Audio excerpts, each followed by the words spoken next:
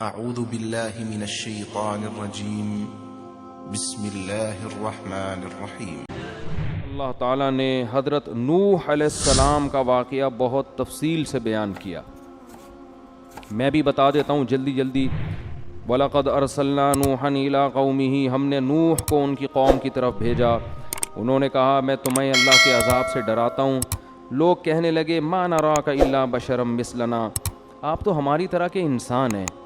وَمَا نَرَاكَ اتَّبَعَكَ إِلَّا الَّذِينَ هُمْ أَرَاذِلُنَا بَادِيَ الرَّأْيِ، اور آپ کو جو فالو کرنے والے لوگ ہیں قوم کے غریب ترین لوگ ہیں، قوم کے غریب ترین، کوئی سردار مالدار آپ کے ساتھ نہیں ہے، خود بھی مسکین، پبلک بھی مسکین، تو یہ ہماری سمجھ میں نہیں آتا۔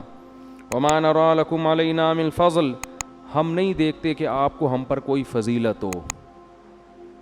قال یا قوم، حضرت نوح علیہ السلام نے کہا کہ دیکھو میں اپنے رب کی طرف سے دلیل پر ہوں، میری دلیل کو دیکھو، میری غربت کو مت دیکھو۔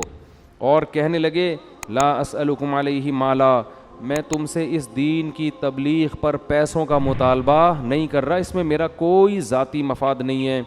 اور من ینصرنی من اللہ ان طردتہم، ان غریبوں کو اگر میں اپنی محفل سے نکال دوں گا تو مجھے اللہ کے عذاب سے کون بچائے گا۔ یہ آواز گونج رہی ہے، اس مائک کو سیٹ کریں یار، گونج رہی ہے نا آواز، کل بھی بہت خراب آواز گئی ہے۔ تو میں ان غریبوں کو اپنی محفل سے نہیں نکال سکتا۔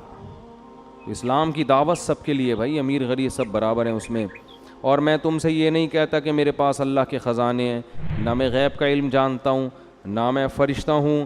اور جن غریبوں کو تم دیکھ کے کہتے ہو نا کہ یہ کسی کام کے نہیں ہیں، میں ان کے بارے میں یہ نہیں کہتا کہ اللہ ان سے راضی نہیں ہے، ہو سکتا ہے اللہ ان کو بہت نوازے گا ان کے ایمان اور عمل کی وجہ سے۔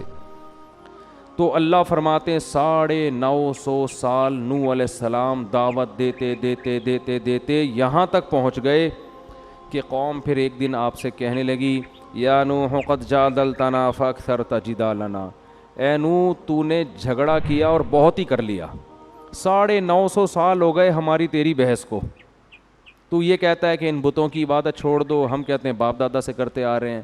فَأْتِنَا بِمَا تَعِدُنَا، اب تو جو ہم سے عذاب کا وعدہ کرتا ہے نا وہ لے آ، ان كنت من الصادقین، اگر تو سچا ہے، اب دکھا دے، بہت ہو گیا، ہمیں تو کہیں نظر نہیں آتا۔ تو اللہ کہتے ہیں کہ میں نے نوح علیہ السلام سے کہا لن یؤمن من قومک الا من قد آمن، اے نوح اب مزید تیری قوم میں سے کوئی شخص ایمان نہیں لائے گا، لہذا اب تو نے کیا کرنا ہے، وَاصْنَعِ الْفُلْكَ بِأَعْيُنِنَا وَوَحْيِنَا، ہماری نگرانی میں کشتی تیار کر۔ دیکھو ایک بات خوب یاد رکھو، اللہ کا عذاب اس وقت آتا ہے جب لوگ اطمینان کر بیٹھتے ہیں کہ اب عذاب نہیں آئے گا۔ جب تک انسان کو خطرہ ہوتا ہے نا کہ عذاب نہ آ جائے تو نہیں آتا، جہاں اطمینان ہوا کہ اب نہیں آئے گا تو قرآن سے پتہ چلتا ہے کہ اسی وقت آتا ہے۔ جب بھی انسان گناہ کرتا ہے نا، اس کے مسلمان کے دل میں خوف ہوتا ہے کہ کوئی چھت نہ پھٹ جائے کہیں، یہ خوف اس کی علامت ہے کہ امید ہے ابھی توبہ کی مہلت ملے گی۔ لیکن جب مطمئن ہو گئے نا یار کب سے کر رہا ہوں گناہ، نہ آج تک چھت پھٹی ہے، نہ کوئی نقصان ہوا، کچھ بھی نہیں ہوا، تو بس سمجھ لو کہ اب تباہی کے دن آ گئے ہیں، کیونکہ غیب کا معاملہ ہے نا سارا۔ تو قوموں کے ساتھ بھی ایسے ہوتا تھا، قومیں شروع میں ڈرتی تھیں کہ عذاب نہ آ جائے تو پیغمبروں کی مخالفت تو کرتی تھیں، لیکن اسے ایک لمٹ ہوتی تھی، ڈرتے بھی تھے۔ لیکن جس قوم کو بھی جب یہ ہوا نا کہ بھائی کوئی نہیں آ رہا، آپ کی باتیں ہی ہیں آپ کے پاس، عذاب نہیں ہے، تو پھر اللہ کا عذاب آتا ہے۔ تو قرآن کہتا ہے ہم نے نوح علیہ السلام سے کہا کہ آپ ہماری نظروں کے سامنے کشتی تیار کریں اور اب ان ظالموں کے بارے میں مجھ سے بات نہیں کرنا، ان کی سفارش نہیں کرنا، یہ سب غرق ہوں گے۔ وَيَصْنَعُ الْفُلْكَ، نوح علیہ السلام کشتی تیار کر رہے تھے اور ایمان والے ان کے ساتھ مل کر۔ وَكُلَّمَا مَرَّ عَلَيْهِ مَلَأٌ مِّن قَوْمِهِ سَخِرُوا مِنْهُ، جب بھی قوم کے سردار لوگ وہاں سے گزرتے مذاق اڑاتے کہ نہ قریب میں کوئی دریا ہے نہ کوئی سمندر ہے، اور خشکیوں میں کیا تیار ہو رہی ہے، کشتی۔ خوب اچھی طرح سمجھ لو، یہ جو ہمارا ایجوکیٹڈ طبقہ ہے نا یونیورسٹیوں کا، یہ سمجھتا ہے کہ دلیل صرف کسی سائنٹیفک حقیقت کو ہی کہتے ہیں، کسی سچے کی خبر ان کی نظر میں دلیل نہیں ہوتی. یہ جو پڑھا لکھا طبقہ ہے نا, یہ کس چیز سے دھوکے میں آیا ہے کہ یار نہ ہمیں قبر کا عذاب نظر آ رہا ہے, نہ ہم نے قوم عاد قوم ثمود کو تباہ ہوتے ہوئے دیکھا, یہ تو نیچرل ہے سب کچھ. وہ سمجھتے ہیں کہ جو سائنسدان کہے گا نا وہی صحیح ہو سکتا ہے, اس کے علاوہ کچھ صحیح بولو نہیں ہو سکتا. حالانکہ خبر جو ہے نا, خبر کسی سچے کی خبر, یہ خود ایک دلیل ہے. مثال کے طور پر دیکھو, میں نے شہیدوں کے خون کی خوشبو اپنی ناک سے سونگھی ہے, خدا کی قسم. سائنسدان مانے گا اس کو؟ میں اگر لمس یونیورسٹی میں جا کے بتاؤں کہ میں نے شہیدوں کی کئی مہینے پرانی لاشیں بھی محفوظ دیکھی اور ان کے خون میں خوشبو بھی دیکھی ہے, تو وہ کیا کریں گے؟ شاید کسی نے پرفیوم ڈال دیا, وہ یہ کہیں گے نا. کیا خیال ہے بھائی؟ لیکن عقل مند آدمی وہ کہے گا کہ یار مولانا صاحب کا کوئی مفاد بھی نہیں ہے اس خبر میں, قرآن سامنے رکھ کر ممبر پہ بیٹھ کے جھوٹ نہیں بولیں گے. تو جو مجھے سچا سمجھتا ہے اس کی نظر میں میری یہ خبر ہی دلیل, اس کے لیے دلیل کے طور پر کافی ہے. تو ہماری کیا حیثیت, جنہوں نے پیغمبروں کے معجزوں کو اپنی آنکھوں سے دیکھا, ان کے لیے پیغمبر کا قول سائنسدانوں سے ہزارہا گنا بڑھ کر کیا ہوتی ہے؟ حجت اور دلیل. تو ہمارے لیے محمد صلی اللہ علیہ وسلم کا جو قول ہے یہ سائنس اور سائنسدانوں سے بڑھ کر اس کی ویلیو ہے. وجہ اس کی یہ کہ ان کا سچا ہونا اتنے مضبوط دلائل سے ثابت ہے, موسیٰ علیہ السلام کا سچا ہونا, عیسیٰ ابن مریم کا سچا ہونا, کہ اس سے زیادہ دلائل کسی کے سچے ہونے پر قائم ہو نہیں سکتے. تو اب وہ بیوقوف لوگ, انہیں چاہیے تھا کہ 950 سال جو پیغمبر تبلیغ کر رہا ہے اور اس میں ان کا اپنا مفاد نہیں ہے, کوئی مفاد نہیں ہوتا تو 950 سال کون لگا رہتا ہے بھائی کسی کے پیچھے؟ کچھ بھی نہیں مل رہا, نہ کوئی ہدیے مل رہے ہیں, نہ کوئی نذرانے مل رہے ہیں, کخ بھی نہیں مل رہا. اور دوسری بات یہ کہ ان کی باتیں بھی ٹھیک ہیں, جتنی باتیں کر رہے ہیں یہ کیا کر رہے ہیں؟ صحیح کر رہے ہیں کہ پتھروں کے بنے ہوئے بتوں کی عبادت مت کرو, بات بھی صحیح ہے, بندہ بھی ٹھیک ہے, تو اس سے بڑی کیا دلیل ہوگی کہ یہ سچ بول رہے ہیں؟ تو اب عقل مندی کا تقاضا تھا کہ وہ جب یہ کہتے کہ طوفان آنے والا ہے اور اللہ آسمان سے بارشیں برسائے گا, طوفان برسائے گا, جو کشتی میں بیٹھ جائے گا وہ بچ جائے گا, جو نہیں بیٹھے گا وہ نہیں بچے گا, تو عقل مندی کا تقاضا تھا کہ مان لیتے کہ بھائی یہ جو خبر دے رہے ہیں ویسا ہی ہوگا, اللہ کچھ کرنے کے لیے سائنس کا محتاج نہیں ہے. لیکن وہ احمق اور بیوقوف وہ حضرت نوح علیہ السلام کا مذاق اڑاتے تھے, کیونکہ ان کے جو محکمہ موسمیات والے تھے وہ یہ خبریں دے رہے تھے کہ بارش کا دور دور تک بھی کوئی امکان نہیں ہے, بہت مشکل ہے. وہ محکمہ موسمیات کو دیکھ رہے تھے کہ نہ یہ سیزن ہے بارش کا, اور اگر بارش ہو بھی گئی تو کشتی کی کیا ضرورت ہے بھائی. یہ ہے ٹیکنیکل فالٹ جو آج ہمارے لبرل طبقے میں پایا جاتا ہے. تو کہہ رہے تھے بارش کہاں سے, اور ہو بھی گئی بارش. محکمہ موسمیات کی خبریں جب آج غلط نکلتی ہیں تو اس وقت بھی ہو سکتا ہے نکلتی ہوں. ان کے جو محکمہ موسمیات تھے نا وہ ایسے ہی پہاڑوں پہ ادھر ادھر دیکھ کے, موسم تو ہوتے ہیں نا بارشوں کے, اس سے ہی اندازہ ہو جاتا ہے کہ ابھی یہ کون سا سیزن چل رہا ہے بارش کا. تو اس لیے قرآن کہہ رہا ہے وہ بجائے ڈرنے کے کہ اب تو واقعی عذاب آ رہا ہے, اب تو یہ کشتی بنا رہے ہیں, طوفان کی خبریں آ رہی ہیں, تو قرآن کہہ رہا ہے کلما مر علیہ ملأ من قومہ سخروا منہ, جب بھی قوم کے سردار گزرتے نا مذاق اڑاتے. دیکھو وہاں بھی غریب لوگ مذاق نہیں اڑاتے تھے, مذاق اڑانے کے لیے پیٹ کا بھرا ہونا ضروری ہے. لبرل طبقہ مولویوں کا مذاق اڑاتا ہے, رکشے ٹیکسی والے چاہے دین پہ نہ بھی چلیں یہ علماء کا مذاق نہیں اڑاتے. مذاق اڑانے کے لیے آج کل پڑھا لکھا ہونا ضروری ہے. ان میں تکبر ہوتا ہے, ہمیں آتا ہے, ان کو کیا پتا.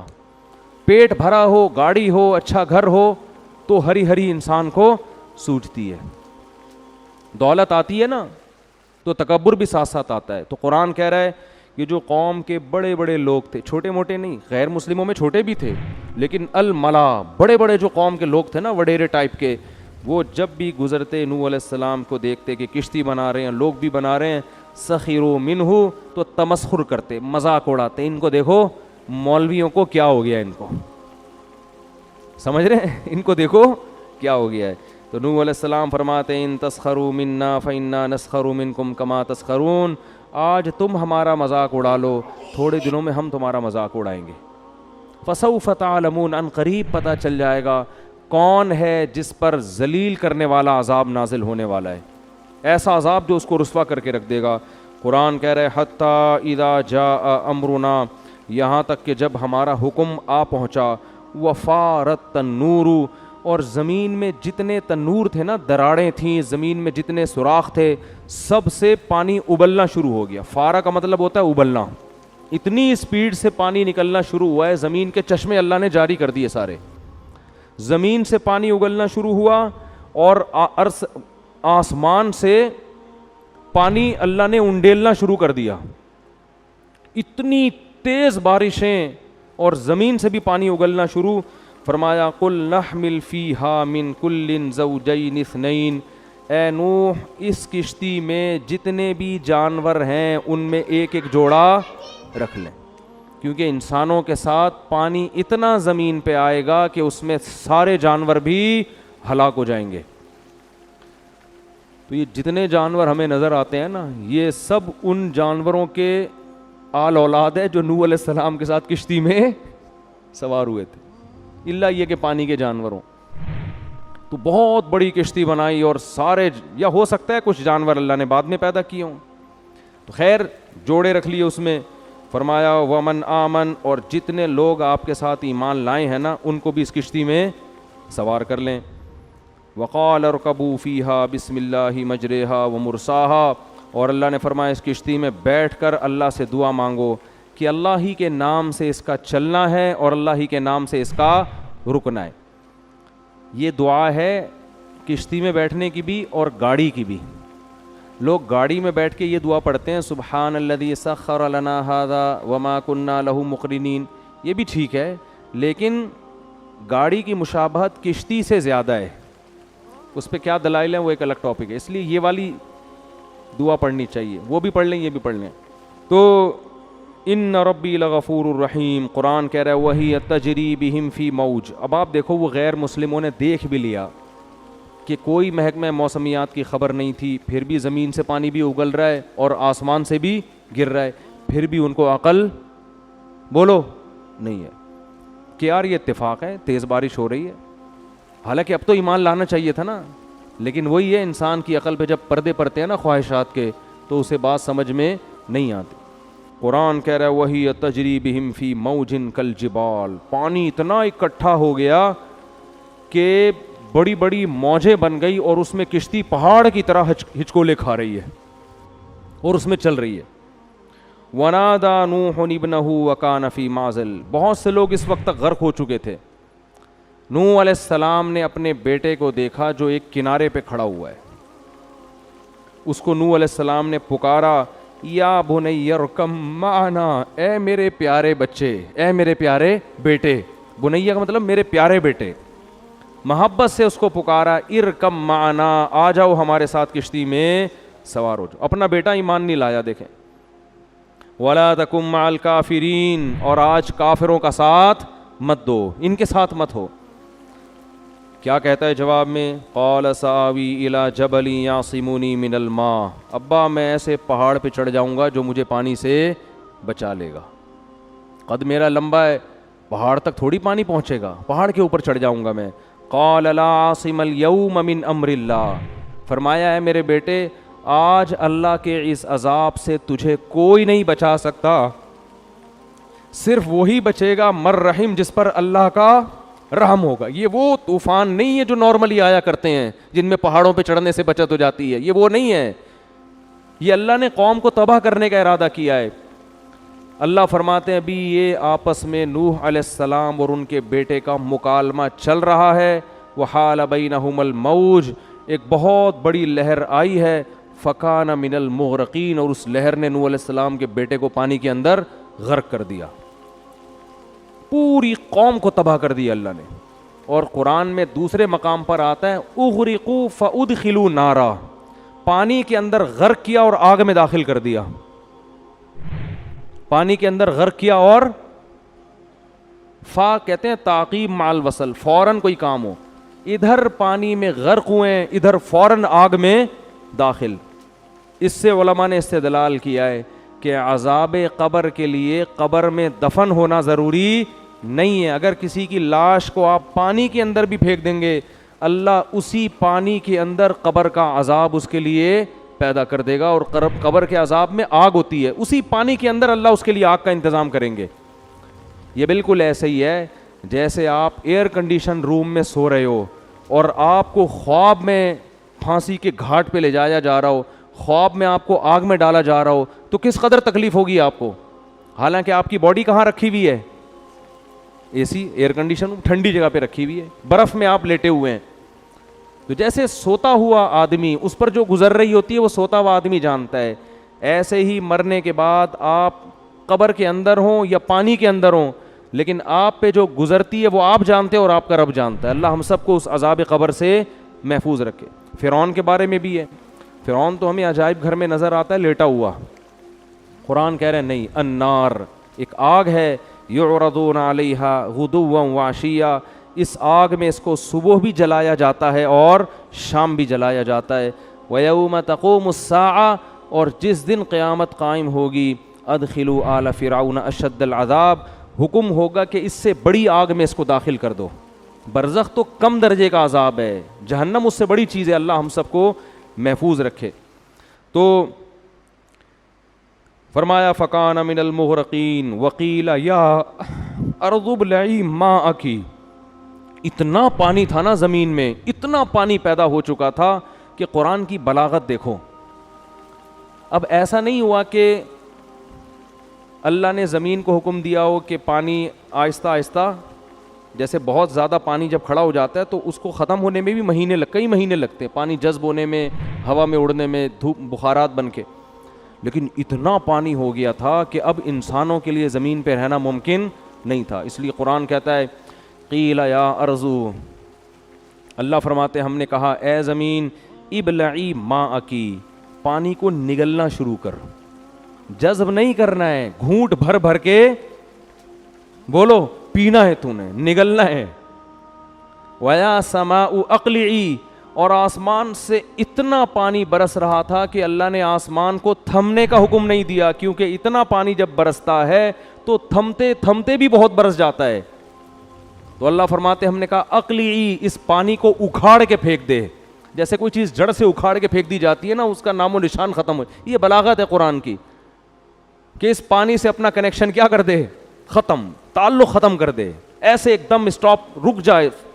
اس طرح سے اس پانی کو اپنا تعلق اس سے کیا کر دے, جیسے درخت جڑ سے اکھاڑ کے پھینکا جاتا ہے نا. یہ بلاغت ہے قرآن کی کہ اتنا پانی تھا کہ اس کو روکنے کے لیے آسمان کو حکم دیا جا رہا ہے کہ اس کی جڑ سے اکھاڑ دے, اس کو ذرا بھی نام و نشان باقی نہ رہے, ورنہ تباہ ہو جائے گی زمین. اور اے زمین ابلعی, اس پانی کو کیا کر, نگل, گھونٹ بھر بھر کے. فرمایا وغیض الماء, پانی سارا زمین میں خشک ہو گیا. وقضی الامر, اور اللہ نے جو فیصلہ کرنا تھا وہ کر دیا.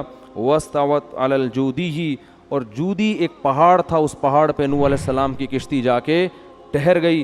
وقیل بعدا للقوم الظالمین, اور کہا گیا ان ظالموں پر اللہ کی لعنت, جن کو 950 سال سمجھایا گیا مگر ان بدبختوں کی سمجھ میں نہیں آیا. یہ سمجھتے تھے کہ یہ نوح علیہ السلام معاذ اللہ بیکار باتیں کرنے ہیں.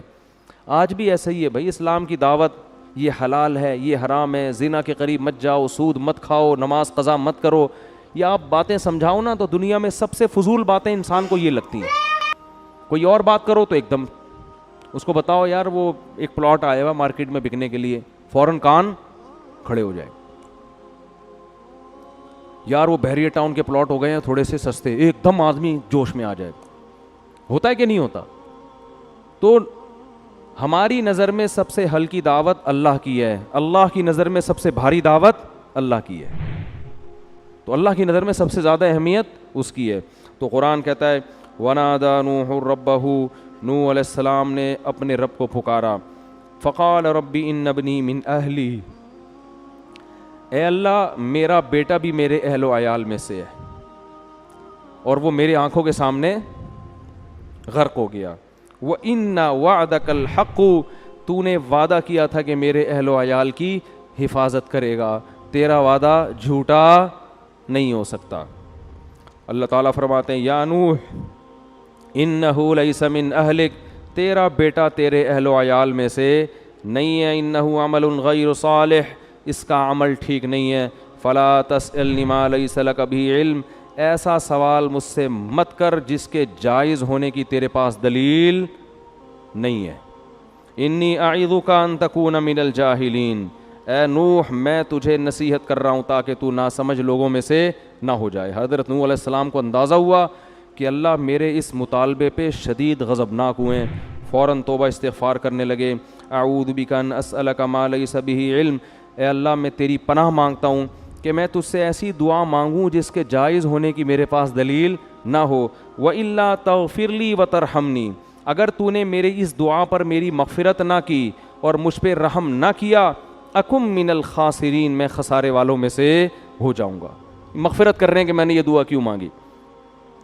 قیل یا نوح اہبط بسلام منا، اللہ فرماتے ہم نے نوح سے کہا اے نوح اہبط، اتر جا اب زمین پر۔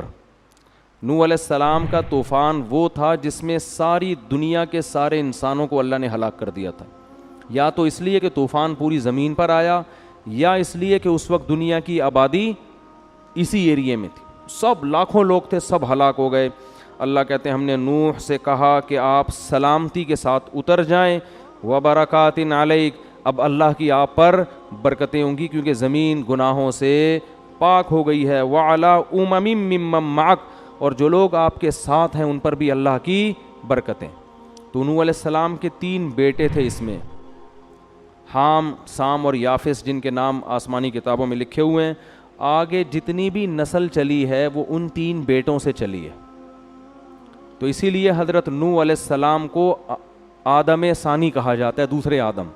ہم سب کا شجرہ نسب نوح علیہ السلام سے جا کے ملتا ہے، کسی کا حام سے، کسی کا سام سے، کسی کا یافس سے۔ اب پتہ نہیں آپ کس ان میں سے، ہو سکتا ہے ہمارے چچا زاد بھائی بیٹھے ہوئے ہوں یہاں پہ آپ ٹھیک ہے نا۔ وہ تینوں بیٹے پھیل گئے تھے دنیا میں، پھر وہ ایک شیعہ ذاکر ہیں، انہوں نے تو پھر اتنی لمبی نسل ان کی چلائی ہے کہ وہ ایک بیٹی ملیشیا تھی، اس کا نام ملیشیا پڑ گیا، پھر ایک کراچی آئی تو اس کا نام، وہ تو پورا ان کا پروگرام تھا نا، جن کا انتقال ہو گیا وہ تھوڑا زیادہ ہو گیا تھا، ٹھیک ہے نا، وہ تھوڑا کیا ہو گیا تھا کہ وہ پھر ایک بیٹا وہاں چلا گیا، پھر اس کی ایک بچی کی شادی ہوئی، وہ وہاں گئی تو اس کا نام ملیشیا تھا، تو اس کا نام وہ ملیشیا پڑ گیا، تو وہ کراچی، وہ نے پورا انہوں نے رپورٹ پیش کی ہے۔ بہرحال تو اللہ فرماتے ہم نے نوح سے کہا کہ آپ پر اللہ کی برکتیں، وَأُمَمٌ سَنُمَتِّعُهُمْ، اور ایک قوم ہوگی جن کو ہم فائدہ دیں گے اور پھر ان کو بھی یہی دردناک عذاب پہنچے گا، کیونکہ ابھی تو یہ صحیح چلیں گے، آہستہ آہستہ ان کی نسل میں پھر نافرمان لوگ پیدا ہونا شروع ہو جائیں گے۔ جیسے تبلیغ میں جب چلہ لگا کے آؤ نا، 4 دن تک تو ایسا لگتا ہے اس سے زیادہ نیک دنیا میں کوئی پیدا ہوا ہی نہیں ہے، تھوڑے دنوں میں پھر وہیں ڈرامہ دیکھ رہا ہوگا بیٹھ کے۔ اعتکاف میں 10 دن لگا کے جاتے ہیں، ایسا لگتا ہے فرشتہ پیدا ہو گیا ہے، 1 ہفتے کے بعد اس کو خود تعجب ہوتا ہے مجھے ہو کیا گیا یار، میں تھا کیا، پھر وہی فلمیں، ڈرامے، یہ سب چیزیں۔ تو یہ انسان پہ غفلت کے پردے پڑے ہوئے ہیں۔ تو اللہ نے بتا دیا کہ ابھی تک تو آپ کی قوم پہ برکتیں، لیکن ان کی نسلوں میں ایسی قومیں پیدا ہوں گی کہ ان کو پھر ہماری طرف سے دردناک عذاب پہنچے گا، اور میں یاد دہانی کے لیے ان کے پاس بھی پیغمبروں کو بھیجوں گا۔ تو اللہ نے اس قوم کو تباہ کیا۔